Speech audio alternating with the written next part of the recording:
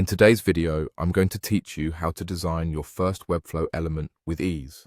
If you're a beginner or someone who's interested in creating beautiful web designs without touching a single line of code, then you're in the right place. This tutorial will guide you through the process of adding and customizing a div block in Webflow, which is a fundamental step to building your own stunning website. Let's dive right in by opening Webflow in your browser.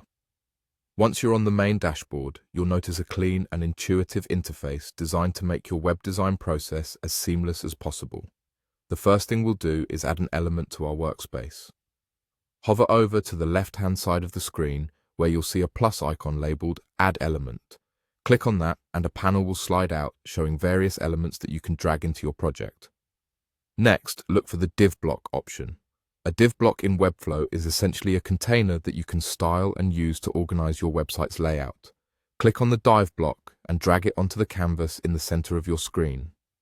This block is like a blank canvas. You're about to bring it to life with your own touches and design preferences. Now, let's head over to the Style panel found on the right-hand side of the screen. This is where the magic happens. Here, you have the control to customize your div block to fit your vision. The first aspect you'll want to adjust is the size.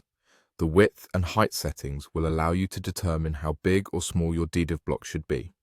Take a moment to think about the layout and proportion that suit your design goals. We'll then move on to borders. You can adjust the border settings to make your div stand out or blend with the rest of your design.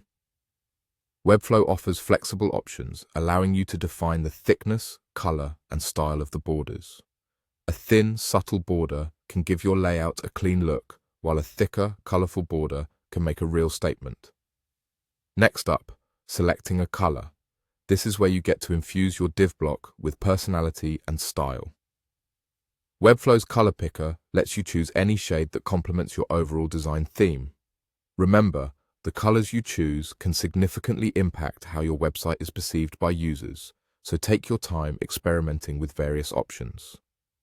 Once you're satisfied with the adjustments made to your div block, whether that's tweaking the size, perfecting the borders, or finalizing the color choice, it's time to share your creation with the world.